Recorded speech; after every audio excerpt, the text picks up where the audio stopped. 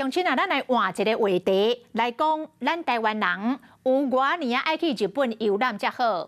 日本的观光厅有一份上盖新的统计资料，敢若是今年的4月到6月这3个月，台湾人伫日本的消费金额高达到一票7739亿，相当是台票384亿，拍败世界各国排第一。另外有网络媒体调查来发现讲，台湾人到日本去游览，住眠的费用平均是台票7800块到3600块之间。日本人学老讲，台湾人到日本真在空胖，也就是讲啊，台湾人特别知影到日本要安怎来开，安怎来算。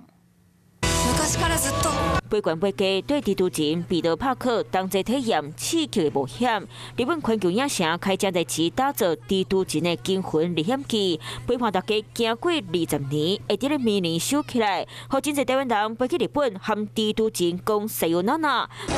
原来欣赏壮观的东大寺，原来和卡哇伊的落甲斑比小姐问，台湾人是算甲有够欢喜。日本观光厅进前公布观光数据，敢若今年4月到6月，台湾人伫咧日本开1739亿日票，超新台票384亿。特别有 Podcast 日本大特殊调查主持人发现，台湾人真熬找俗价愈干大，亲像单人一枚1800块，或者是2个人一枚3、4千块，叫日本网友学了都到规划旅游。我周遭人蛮多，也是这阵子去日本的，3000以内。一个晚上大概3000到4000，因为其实是2个人一起住，所以分下来一个人也是1000多。台湾人真熬特算盘，省小钱，别人算甲真欢喜。还有旅行社业者发现。另外，除了东京、大阪这种1线城市，其他的2线城市，像是函馆、花卷、名古屋，旅客租车的现象变多了。那旅客一旦租车，住宿就会住得比较远一点，住宿费就会变便宜。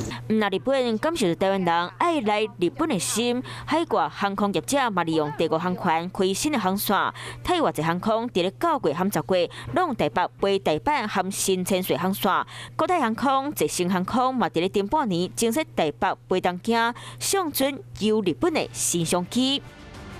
Hello， 我是谢嘉璇。想要掌握最及时的新闻资讯吗？赶快订阅、按赞、开启小铃铛，锁定华视新闻 YouTube 频道。